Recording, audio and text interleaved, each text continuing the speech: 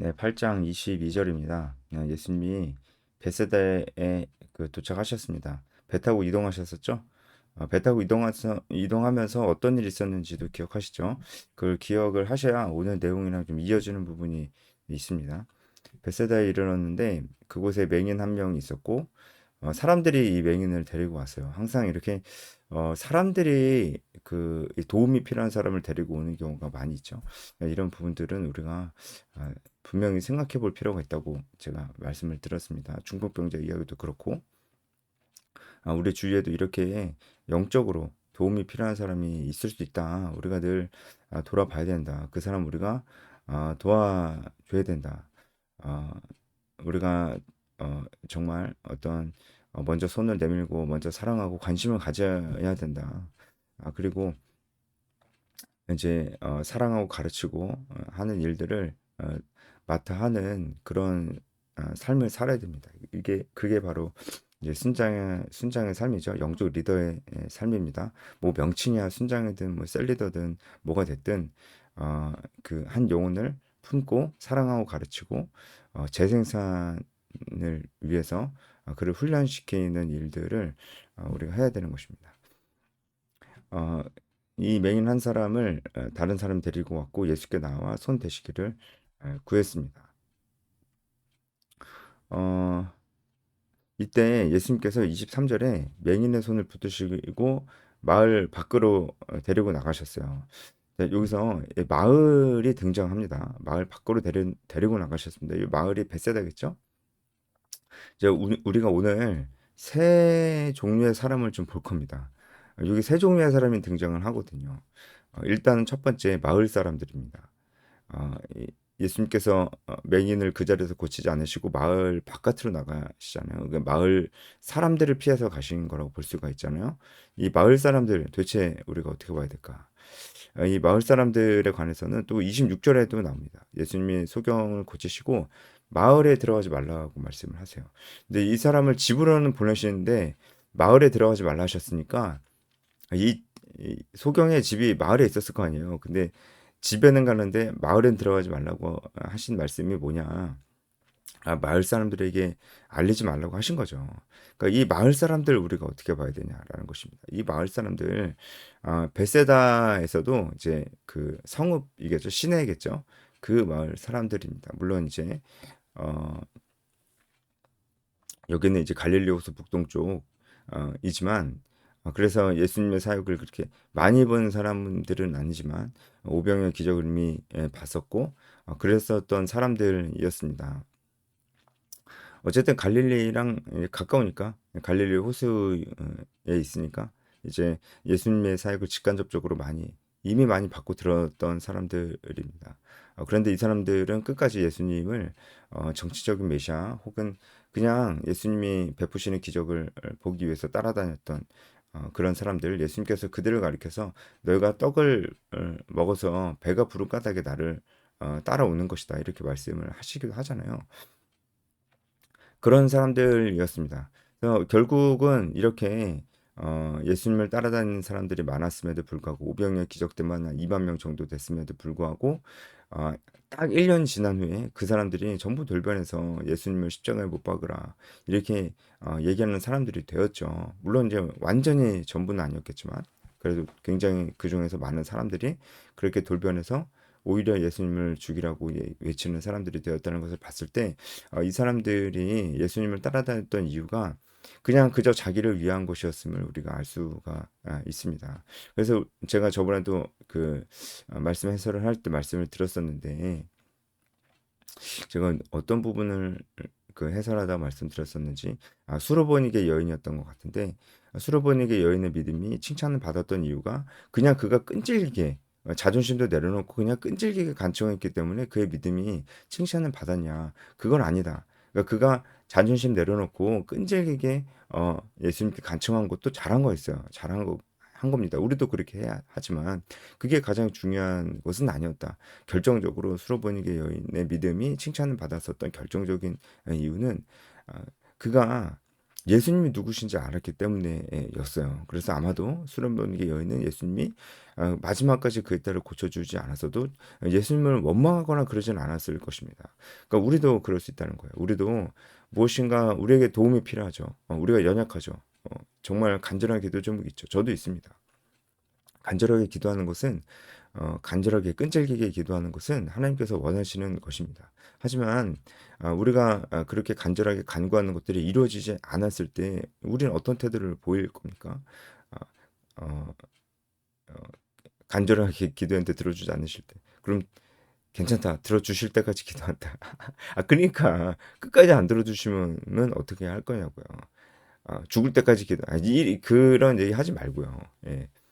이제 정말로 안 들어주시면은 안 들어주실 수 있잖아요. 안 들어 앞으로 죽을 때까지 기도해도 안 들어주실 수 있어요. 그거 반드시 들어주셔야 된다 이렇게 얘기할 수 없어요. 그러면은 그 내가 하나님 위에 있는 겁니다. 그렇죠? 예, 그럴 수 없습니다. 그래서 수로보니게 여인의 믿음이 칭찬을 받았던 이유는 자기가 정말로 간절하게 간구하는 것이 있었지만 딸의 어, 그 이제 병이 낫기를 간절히 기도하는 것이 있었지만 그것보다 예수님이 어떤 분이신지를 더 중요하게 여겼습니다. 수로보니의 여인은 그래서 그 믿음이 칭찬을 받은 것이고 어, 이 그와 대조되게 이 벳세다 마을 사람들은 그러지 않았다는 것이죠. 예수님을 많이 따라다니긴 했지만 겉으로 보기에는 예수님을 따라다니는 벳세다 마을 사람들의 그 모습이 너무나 열정적이고 때로는 헌신적으로 보일 때도 있었지만 그들의 믿음은 결국은 그 우선순위가 예수님은 아니었어요. 자기가 구하는 것들이었죠. 자기가 구하는 것들 그것을 얻으려고 그랬었던 거죠. 예수님 자체는 아니었다고요. 그게 결정적으로 예수님이 붙잡히시고 십자가에 못 박히셨을 때 결정적으로 그의 믿음 마을 사람들의 믿음이 아무것도 아니었다는 것이 드러났다는 것입니다. 예수님이 그래도 이 마을 사람들을 사랑하셨어요. 그래서 이곳에서 많이 기적도 베푸시고 다른 곳도 아닌 벳세다에서 예수님이 오병이어의 기적을 베푸시기도 했던 것입니다. 하지만 이제는 그 기회가 다 지나갔어요. 이제는 이들에게 더 보여주시지 않습니다. 그리고 더 이상 이들에게 대놓고 말씀을 가르쳐 주시지도 않습니다. 이들을 향한 벳세다 마을 사람들을 향한 기회가 지나갔다라고 볼 수 있는 것이죠. 그럼 예수님이 너무한 겁니까? 그렇지 않아요. 이미 예수님께서는 충분히 이들에게 시간을 주셨고 말씀을 하셨습니다. 다만 이들이 거절했기 때문에 이제 더 이상 이들에게 대놓고 확실하게 보이는 어떤 표적이나 말씀으로 이들에게 다가가지는 않으신다. 그 증거가 바로 이 소경을 이끌고 마을 밖으로 데리고 나가셨고 이 소경이 고침 받고 난 후에도 다시 들어가서 마을 사람들에게 알리라 이렇게 하지 않으시고 오히려 알리지 말라 이렇게 말씀하셨던 것입니다. 벳세다 마을 사람들 기회가 지나갔습니다. 하나님의 타이밍이라고 하죠. 하나님의 타이밍 우리 모두에게도 있습니다. 하나님의 시간표 언제까지나 기다려 주시진 않으세요. 하나님이 우리에게 대해서 오래 참으시지만 언제까지나 참으시진 않으신다는 겁니다. 하나님께서 우리에게 마음을 주실 때 성령 충만할 때 그때 행해야 됩니다. 그때 행하지 않으면은 안 됩니다. 그러니까 난 바쁘다. 나는 지금 내 코가 석자다. 다 사실이겠죠. 예. 하지만 지금이 지나가면 안 될 수 있는 겁니다. 지금 해야 되는 겁니다. 지금 해야 되고 지금 내가 움직여야 되고 지금 순종해야 되고 주님을 지금 붙들어야 된다는 것입니다. 그래서 언제나 우리의 신앙은 지금이 중요해요. 예전에 얼마큼 뜨거웠느냐는 그냥 참고 사항일 뿐이에요. 신앙은 지금이 제일 중요한 겁니다. 마을 사람들은 안타깝게도 그 기회를 놓쳐버린 것 같습니다.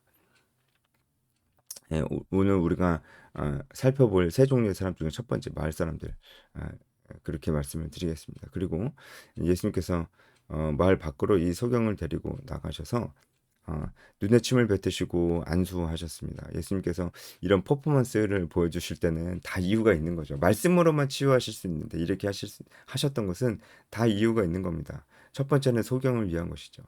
소경이 예수님의 체온을 느끼면서 예수님의 사랑을 스킨십을 통해서 더 잘 느낄 수가 있거든요. 예수님이 소경에게 안수해서 고치실 때 그 두 손을 사용하셨다는 것이 헬라어 원어를 보면은 알 수가 있습니다. 예수님의 따뜻한 손으로 두 손으로 아마 눈을 감싸 주셨겠죠.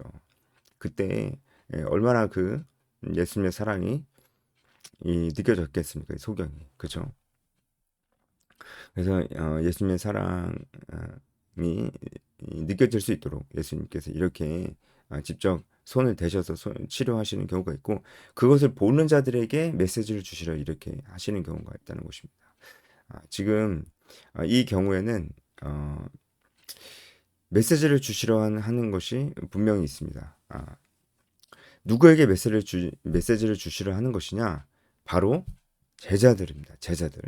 그래서 지금 예수님의 공생의 기간 말기를 우리가 계속 보고 있는데 예수님이 이방 땅으로 다니시려 했던 이유는 제자들에게 집중하시고 제자들을 집중 훈련시키시려고 하신 이유가 있었습니다. 그리고 지금도 그 연장선 가운데 있습니다. 제자들에게 여전히 집중하길 원하시는데 이 갈릴리 호수 근처에 오신 이유는 무엇인가?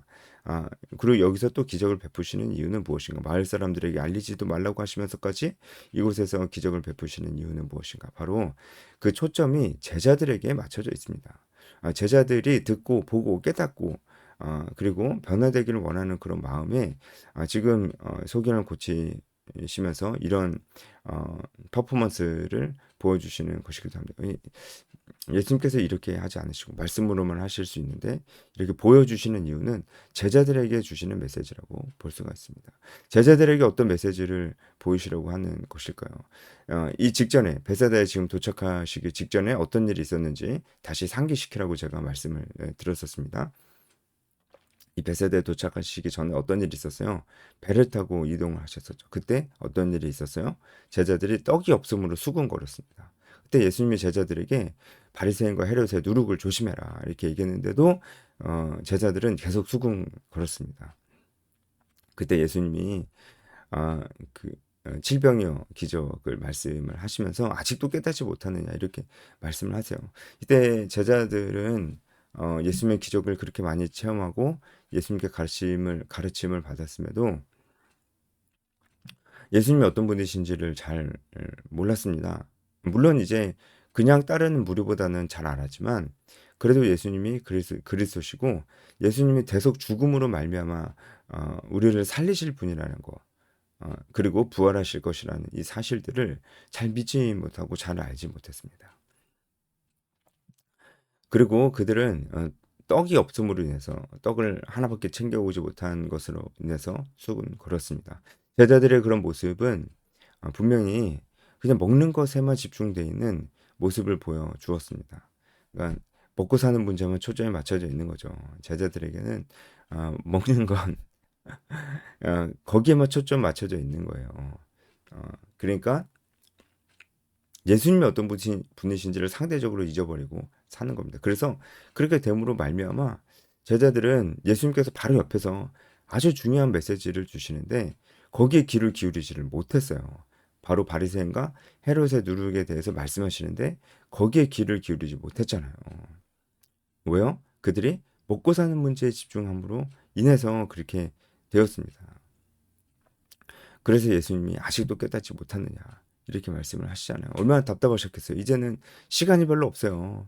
제자들이 이제는 한 1년 후면은 이 땅에 세워질 최초의 교회 공동체의 지도자가 되어야 되는데 아직도 저러고 있습니다. 얼마나 답답하셨겠습니까? 그래서 가르치시려고 보여주시려고 하는 것입니다. 이게 바로 재생산을 목표로 하는 리더의 마음입니다. 여러분 우리도 이렇게 해야 됩니다. 예수님이 우리에게 제자를 삼으라고 말씀하셨잖아요. 제자를 삼는다는 것은 바로 예수님처럼 하라는 거예요. 예수님이 제자 삼으면서 사셨잖아요. 그래서 우리도 제자를 삼을 때 재생산을 목표로 해야 돼요. 내가 없을 때도 이 사람이 스스로 자발적으로 주도적으로 주체가 되어서 복음을 전하고 다른 사람을 가르치고 내가 했던 것처럼 똑같이 재생산을 하는 사람이 되어야 된다는 우리 머릿속에 마음속에 분명한 목표를 가지고 우리가 어떤 사람을 품고 가르치고 사랑하고 돌보고 훈련시켜야 된다는 것입니다.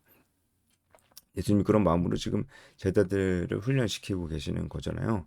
그래서 근데도 자꾸 못 알아듣고 또 먹고 사는 것만 집중해 있고 예수님 말씀 듣지도 않고 이제 그런 모습 보니까 답답했죠. 우리의 모습이랑 비슷하죠. 제자들의 모습이. 우리도 예수님을 부인하지 않고 예수님에 대해서 되게 헌신적이고 어, 예수님을 쫓고자 하는 삶을 우리도 살기를 원합니다. 제자들처럼요. 그런데 우리는 결정적인 순간에 먹고 사는 문제에 집중함으로 예수님께서 또한 결정적인 말씀을 주실 때 전혀 듣지를 못합니다.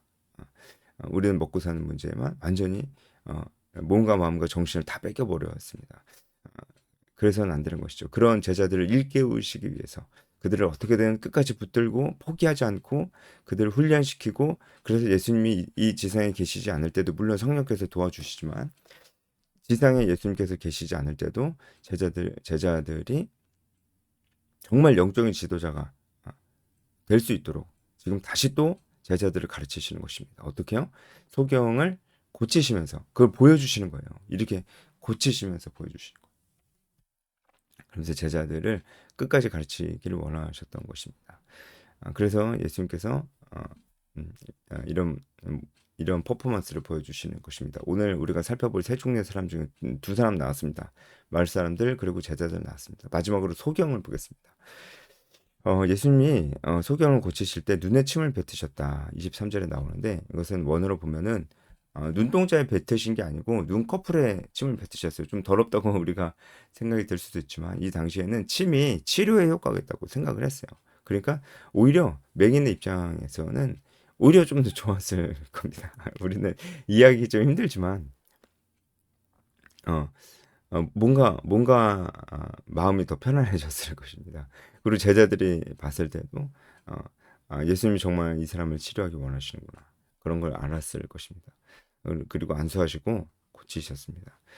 소경이 한 번에 보지 않고 첫 번째는 흐릿하게 보이고 나무가 걸어가는 것처럼 보였다 그랬죠. 그리고 그 다음에 온전히 보게 됩니다. 이것은 이렇게 봐도 될지는 제가 확실히 말씀을 못 드리겠는데요. 제가 주석을 참고했을 때 이렇게 보는 학자도 있는데 이제 일리가 있다고 생각합니다. 왜 소경은 한 번에 보지 않고 두 번에 나누어서 보게 되었는가? 그것은 마치 제자들과 같다라고 하는 것이죠. 예수님께서 어, 제자들에게 이렇게 많은 것들을 보여주셨는데도 제자들이 깨닫지 못했. 희미하게만 알고 있는 거예요. 그게 바로 희미하게만 보는 소경과 같다는 것이죠. 예수님은 제자들이 그 희미하게 보는 것을 넘어서 온전히 소경이 완전히 눈을 떴듯이 이 제자들도 영적인 눈을 완전히 뜨길 원하시는 것입니다. 네, 오늘 이렇게 좀 말씀을 드릴 수 있을 것 같습니다. 여기까지 하겠습니다.